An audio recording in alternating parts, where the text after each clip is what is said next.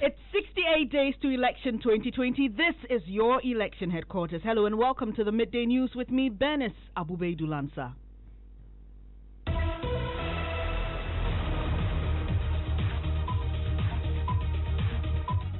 This bulletin is coming to you live from Joy 99.7 FM in Accra at digital address GA0993341. It's also live on Love 99.5 FM in Kumasi, affiliates across the country including ATL FM Cape Coast, Radio Max Takrade, and around the world at myjoyonline.com. Coming up, some residents of Wholesavia living in fear following unpredicted attacks by Volta secessionists as they call on them to resort to peaceful means. Surely it's affecting life here. Those of us who are not from this area are now scared because we don't know when an attack will happen. But for you to go around destroying properties and we losing lives is very uncalled. We'll hear more from them. Meanwhile, government calls for collaboration as it clamps down on activities of the secessionist groups. There are deployments there, but even if you had 1 million there and the collaboration is not stepped up, you will miss one or two things. And it's not about deploying warlords, etc. on the street. Survey by Ghana Statistical Service reveals most localities did not benefit from the free water provided by government to mitigate the impact of COVID-19 on households. We'll tell you why. In sports, 4 of the 8 young footballers who died in a fatal road accident at Offense were to be laid to rest on Thursday. Also in this package,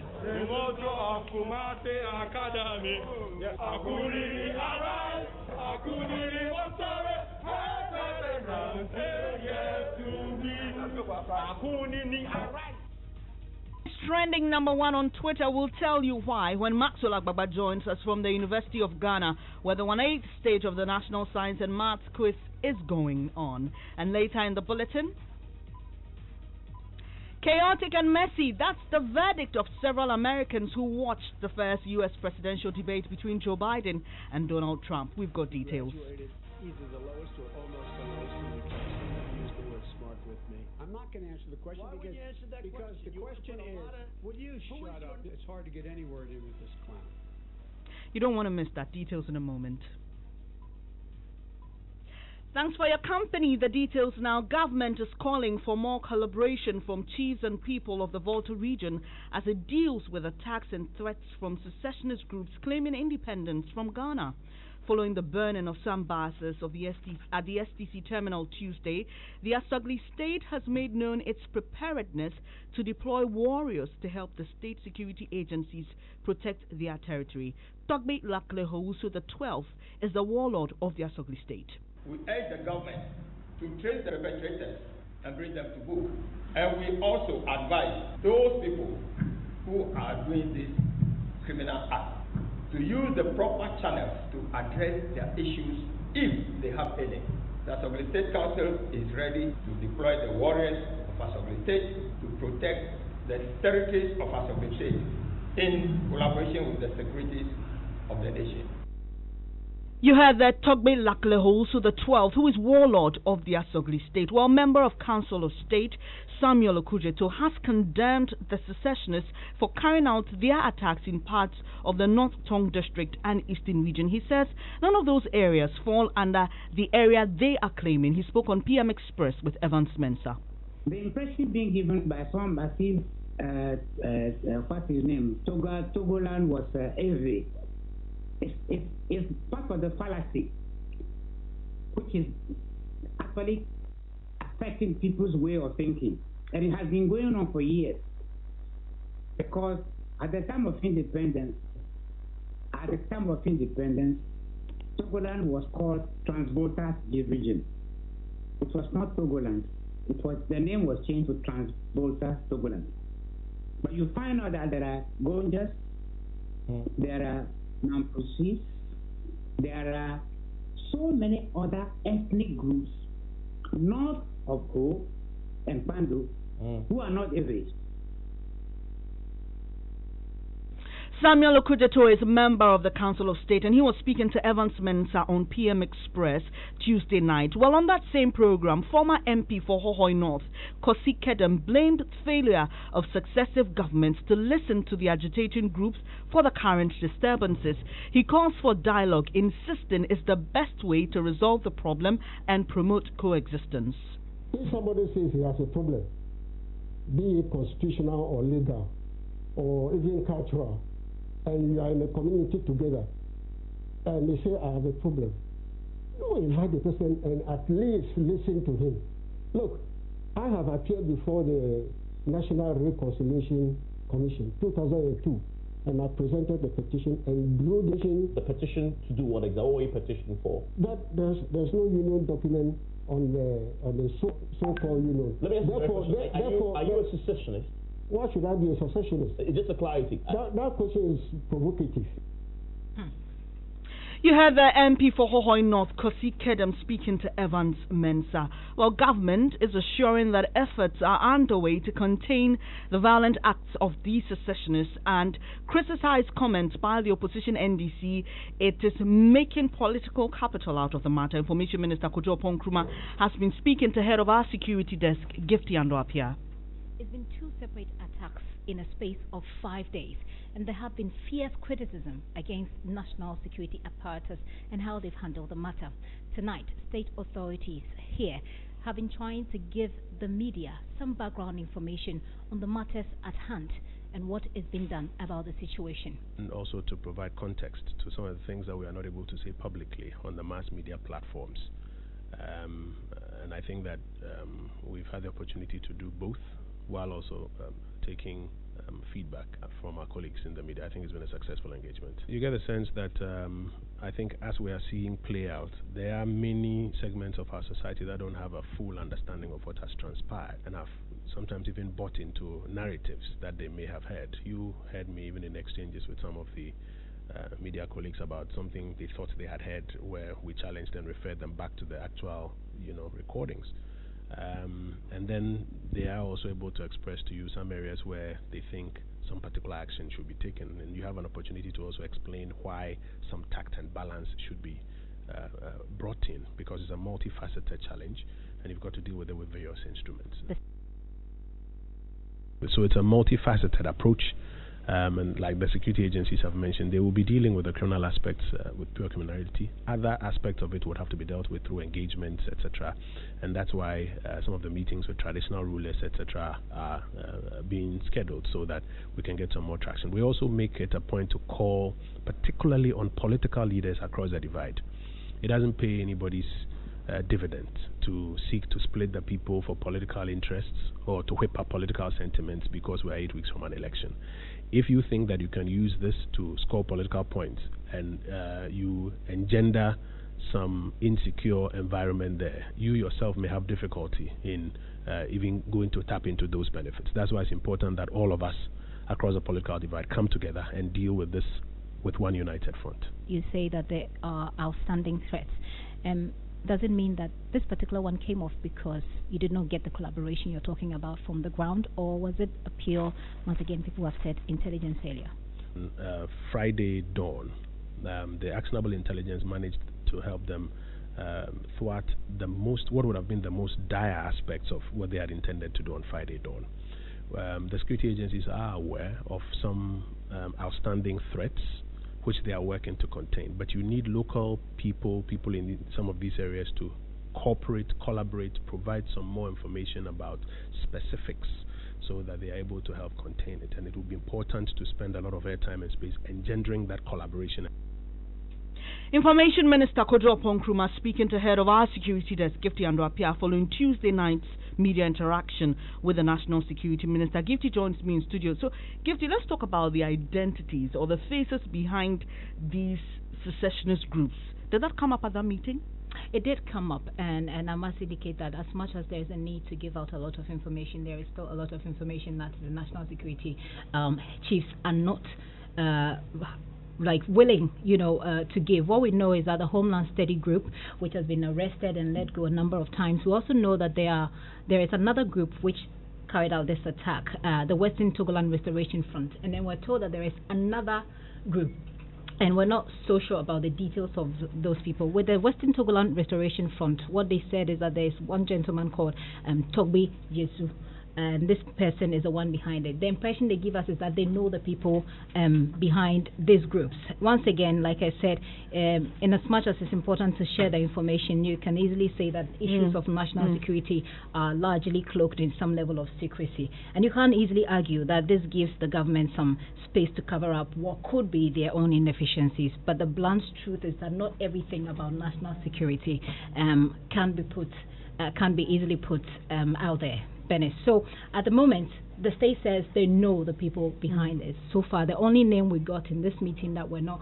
that is perhaps not already out there, is Togbe Yesu. We know that the Homeland Study Group is Papa V, who's leading that, but we've heard of this particular name, Togbe Yesu. We'll keep our lenses on this particular development. That's head of our security desk, Gifty Andwapia. Let's take you now to the Volta region, because we understand the regional minister has been having a meeting with some district and municipal heads. Ivy Setoji is there for us. Hello, Ivy. What are you able to report on that meeting? Well, the meeting with the regional minister and the MP's caucus is yet to start. It was going to start earlier, that was 10 o'clock, but now it was going to start a few minutes from now. Now, it is expected that the MP's caucus will be dialoguing on with the minister on what to do to end these violence in the region. Right now, we don't know the details of the meeting, but that is what may be expected for the meeting. Ivy Setoji is our woman in the Volta region and definitely will give us updates when they are available. Meanwhile, some residents of Ho say they are living in fear following the attacks by these secessionist groups, and they are calling on them to resort to peaceful means. My impression is they are putting the life of the people here in danger. They need to follow due process for the big men to work on it for them, than them destroying properties, burning cars, blocking roads. We beg them, they should just follow the due procedure so that things will work successfully, not taking people's life into danger. Surely it's affecting life here. Those of us who are not from this area are now scared because we don't know when an attack will happen. So we are just in a dilemma. We fear that anything can happen. So we will now be planning that we will work around and leave the area before if anything can or happen to the people in the area. We are very scared. You heard there some residents of Ho speaking on recent attacks by secessionists.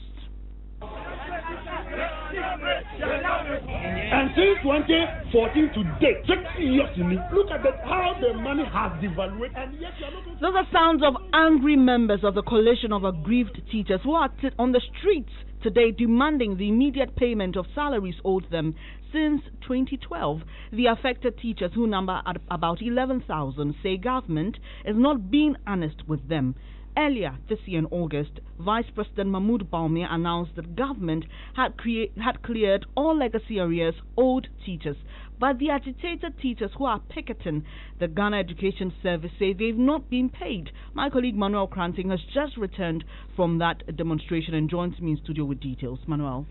So, Bernice, they are demanding that their salaries, which are in arrears, some of them numbering up to 15 months, are paid. You'd remember that in 2012 there was the 3 months pay policy which was introduced, and after that the NPP won the election. So was hoping that their monies will be released to them. But up until now, even though the Vice President at the launch of the NPP's manifesto had declared that all the monies have been paid to them, have not been paid to them. But you spoke to some of them, and they've been mentioning specific figures. And do they tell you how they cope without their pay?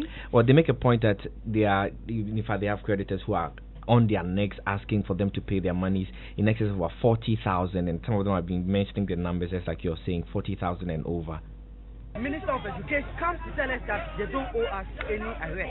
Director General of Education, Professor Amankwa, also told us that they do not owe us any arrears. Director in charge of payroll, Mr. Emmanuel Excel, I personally had an interaction with him, and he said that he had the days, all the documents that depict that they have cleared all legacy arrears. But it's a piece that just last 3 days, GS got a list of those they owe. We asked a simple question.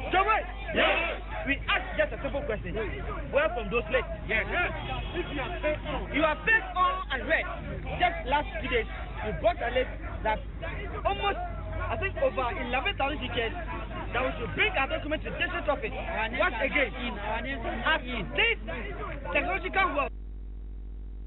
Well, Manuel, these teachers have also been complaining about the unions they belong to. Yes, indeed. They belong to unions, and you would have ordinarily thought that the unions will be at the forefront of this fight, but they're having to take the battle in their own hands because they say that the unions are not fighting in their interest. Manuel Cranting there with details of what aggrieved teachers have been telling him. He just returned from a demonstration they've been embarking on. Now, it was a promise by President Akufo-Addo to settle all customers of DKM Diamond Microfinance in full by the end of September 2020. During his recent tour of the Bono region, he said that everyone who was owed money by the microfinance company will receive full payment. Hear him.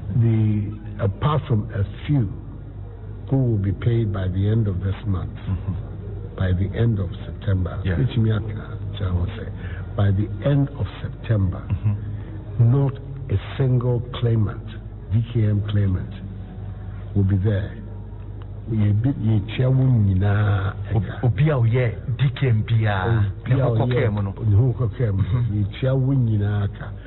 September Well, President Akufo-Addo there, well, that is yet to be realized as customers say they are confronted with challenges with the ongoing validation process. Convener of the aggrieved customers of DKM, Nicholas Sadari, says a little over 25% of their members have been paid in full, contrary to the President's promise. First batch of the people that did the verification for the first 1 week, as I speak now, some of them have received their money. As for that one, I can confirm. But it's just a handful, not 20% of those who use the bank account that have received the money. So roughly how many members are we looking at? Actually, we are finding it difficult to collect the number of people that have been paid. But so far, those that have reported so far, it's around 25% to 28% that have been paid, based on the second verification that we did the beginning of the month. You know, the President came here some time ago, just recently. And when he came, we're still in the process of doing the verification when he came. And that was the time some funds were transferred to the first group of people. And ever since he left, the verification has been completed, but the remaining people have not received their funds as we speak now.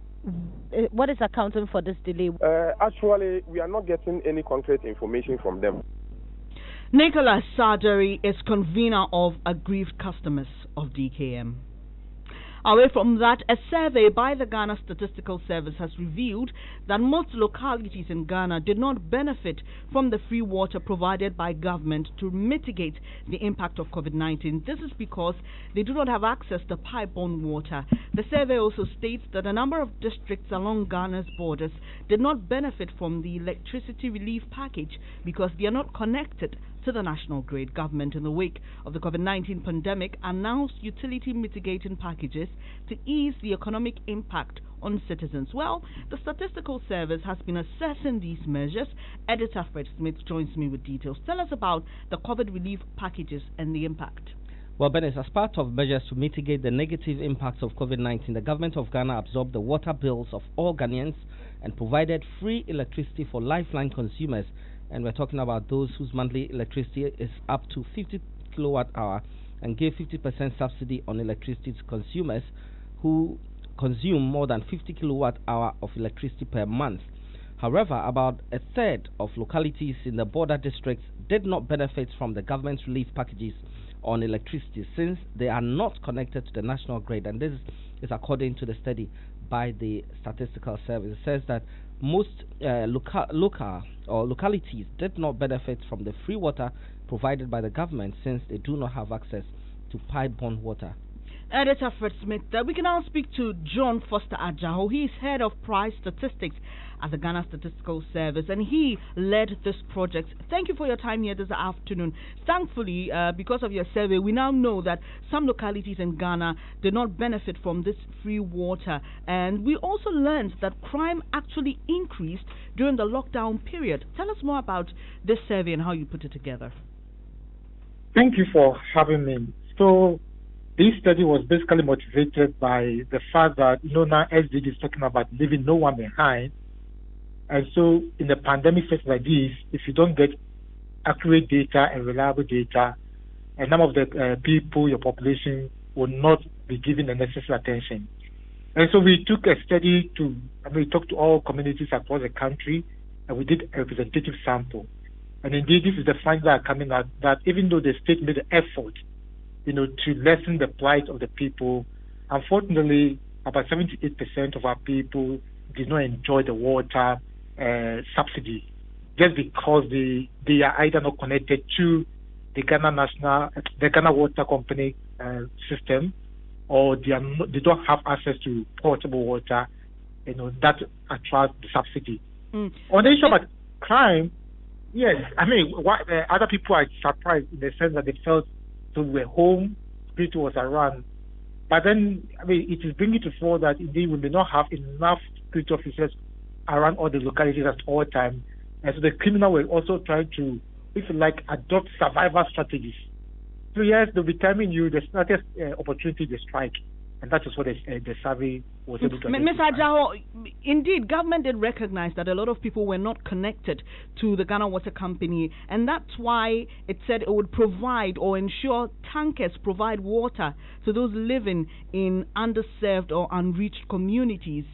Did you focus on that during your survey, and what did you identify on the ground? So, that's a good one. Yes, all those efforts were made. But interestingly, we found out that, yes, it was there, but it wasn't as expected. And so the tankers, provisions, and the polytanks that were distributed couldn't serve all the localities. In some places, you will not even get them at all. You will not even see the polytanks. The people never seen it. They didn't get the tanker services. So it's just bringing to us so that we can know how to resolve the problem going forward, that if we are faced with a similar challenge again, then we know how to target. So even Thank you very much for your time this afternoon. That is John Foster Ajaho. He is with the Ghana Statistical Service, and he led that COVID-19 impact survey. You're listening to the Midday News with me, Bernice Abu-Baidoo Lansah. Stay with us, because coming up shortly, Boche is trending #1 on Twitter. We'll tell you why when Maxwell Agbaba joins us from the University of Ghana, where the 1/8 stage of the National Science and Math Quiz is happening. And later, you graduated either the lowest or almost the lowest in your class. Don't ever use the word smart with me. I'm not going to answer the question. Why would you answer that because question? The question is, will you shut up? It's hard to get any word in with this clown. Chaotic and messy, that's the verdict of several Americans who watched the first U.S. presidential debate between Joe Biden and Donald Trump. We've got details in a moment.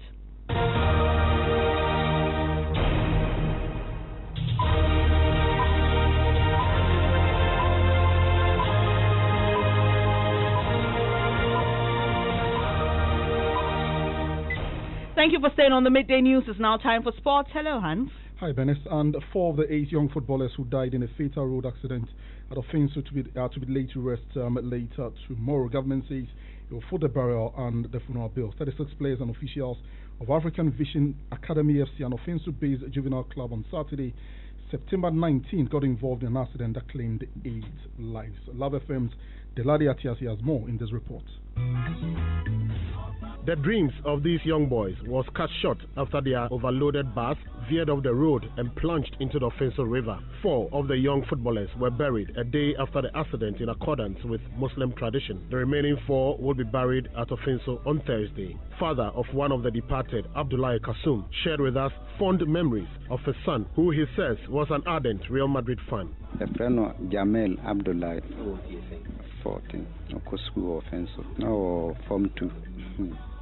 Me bana de ye addition efirimo o se ono no footballer na o de be ya na juma na professor bobo to say Luka Modric e o Real Madrid men so manage ball na ono o se o support Real Madrid na men so me ya Arsenal nti mere bia na ono me pere so ofia ha na di agoro. Meanwhile, owner and coach of Vision Academy, Augustine Mensah, a people teacher, recounts his ordeal amidst thoughts of suicide immediately after the incident. I was worried. I nearly took my life at the scene, thinking of what the parents' reactions would be. But to my amusement, they were worried about me more than their kids. We say may their souls rest in peace. That's your sports. Thank you, Hans. Now to our election-related news.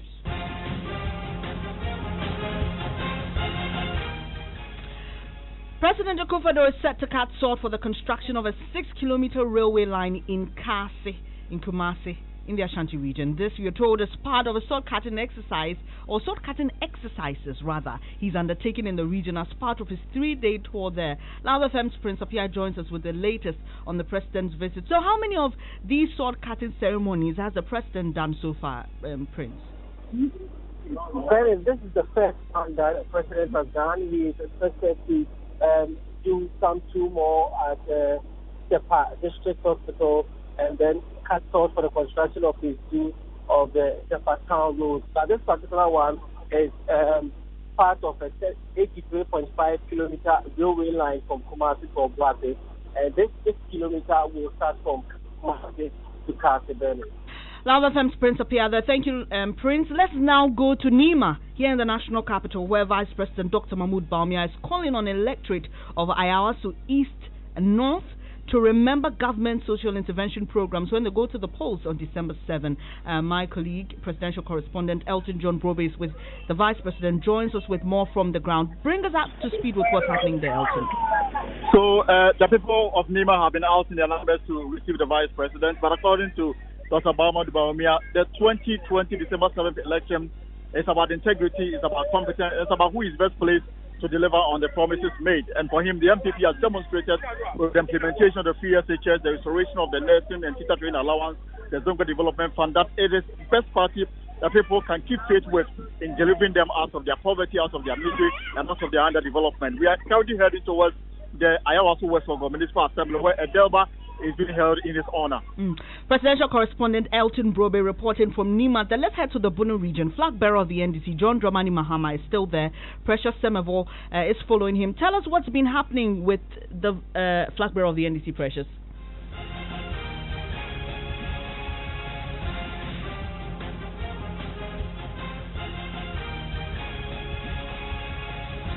Apologies, we don't have Precious there. We'll definitely bring you that in subsequent bulletins. But let's stay on elections. The U.S. elections is 34 days away, and last night the 2 main contenders went head-to-head and toe-to-toe in the first of 3 much-anticipated presidential debates. The Republican candidate Donald Trump and his Democratic contender Joe Biden came face-to-face after sparring on social media. A few minutes into the debate, the gloves came off. Here are highlights. I want to make sure... You graduated last in your class, not first in your class. I want to make Mr. sure... Mr. President, can you let him finish, sir? No, he doesn't know how to do that. Did you use the word smart? You graduated either the lowest or almost the lowest in your class. Don't ever use the word smart with me. I'm not going to answer the question. Why would you answer that because question? The question is... A lot of the radical question, left. Will you shut up? This is the same man who told you by Easter this would be gone away. By the warm weather it'd be gone. Miraculous. Like a miracle. Well, some Americans who watched the debate described it as exhausting and chaotic. In the year of our Lord 2020, refuses to condemn white supremacists. It was exhausting. It was like 2 people, children, fighting. It's American political theater at its finest. We only get to see this every 4 years. I was agreeing with a lot of what President Trump was saying, but it's not what he says, it's how he says it, and it's so distracting. There are some Americans commenting on the first presidential debate. This is your election headquarters. Let's move away now. National Science and Maths Quiz giants in Fantapim School will start their 2021 journey from the regional qualifiers again after Ashanti Region-based school Kumasi Academy crushed them and St. Mary's Senior High School. The 1-8 stage appears to be the nemesis of the Butche boys as they've been kicked out 2 years in a row at that level. Let's hear from some old students of Kumasi Academy. Very, very excited. Yes. Nobody gave us enough chance to qualify. Now we have done it in the name of God. We are going to prepare for the next stage. That's all. We don't want to cut much. What should you expect? Every school that is coming next will prepare. You've seen the fire. Just one contest at a time. This is sign over. Of warning. This is a sign of every other school. Every other school. All students of Kumasi Academy and Kumasi Academy just kicked Infantipim out of that competition. Maxwell Agbagba is at the University of Ghana where the quiz is happening and joins us. Maxwell, so Twitter is going Hey, everybody is excited on Twitter and they're talking about this competition. Tell us what's happening on the ground. Exactly, Bernice. Well, many started showing support for Kumasi Academy after a promising start in the first round. They were focused and maintained their lead from round 1 to round 5. Round 5 was the final nail in the coffin for Infantsipim lads after the Kumasi Academy contestants answered almost all the questions correctly. At the end of the contest, Bernice, Kumasi Academy had 53 points, one of the highest at the 1/8 stage. Infantsipim School had 35 points. St. Mary's SHS 30 points. On the ground, many are those who appear to be excited about Infantsipim School's loss.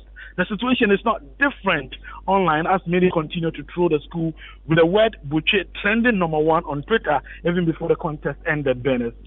Thank you very much, Maxwell. So for all the updates on the NSMQ 2020, do follow us on our social media handles on Facebook.